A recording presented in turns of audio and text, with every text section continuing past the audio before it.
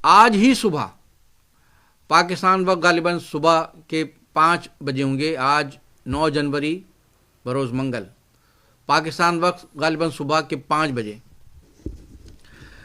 गुलशन इकबाल का इलाका एक और आज़ाद उम्मीदवार और सिंध हाई कोर्ट के एक सीनियर वकील, एक सीजन्ड वकील दिन रात साइलों को इंसाफ दिलाने के लिए दिन रात मसरूफ़ रहने वाले, उनकी खिदमत करने वाले, आइन और कानून के तहत दिन रात काम करने वाले सिंध हाई कोर्ट के सीनियर वकील जौहर आबिद एडवोकेट को उनके घर पर छापा मारकर गिरफ्तार कर लिया गया।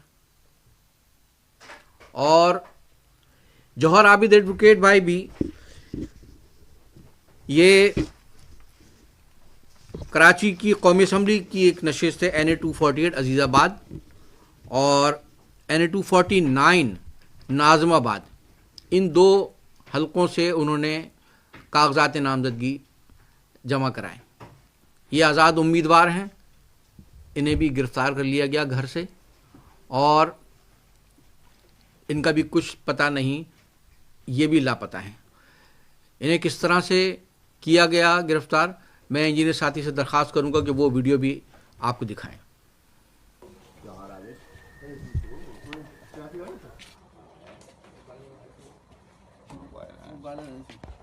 मोबाइल एनएससी ले इनका,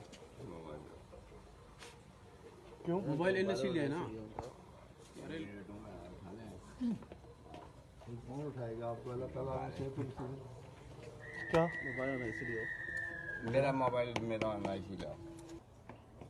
डॉक्टर कौन सा थाने से,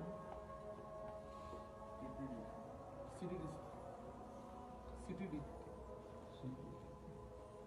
आपका नाम क्या? मेरा नाम हसन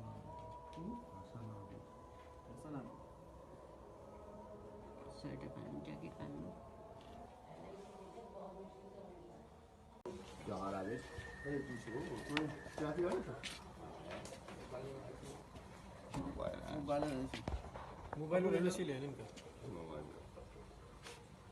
क्यों मोबाइल एनएससी ले ना, अरे कौन उठाएगा आपको, अल्लाह ताला से क्या मोबाइल एनएससी लिया, मेरा मोबाइल मेरा एनएससी लिया। डॉक्टर कौन सा थाने से,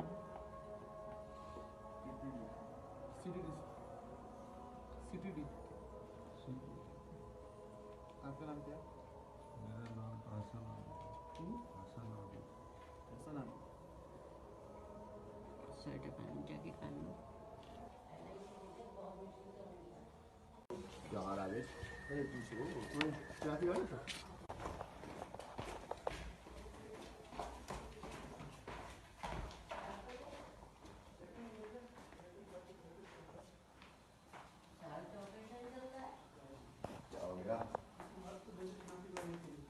क्या चाहिए?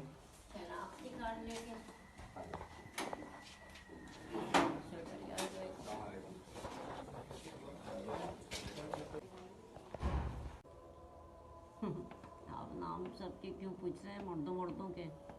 खैरियत है भाई, हम मौला के मानने वाले हैं, हम कोई ऐसे काम नहीं करते, साफ सुथरी जिंदगी गुजारते, कौन हंस रहा है? जी, ये आपने मुलाहिज़ा किया कि कैसे उनको सोते से उठाया गया और उन्हें घर से ले गए हैं। जौहर आबिद एडवोकेट ये भी लापता हैं, इनका कुछ नहीं पता। इन दोनों गिरफ्तारियों में, दोनों घरों पर जो 3 उम्मीदवारों को गिरफ्तार किया गया है,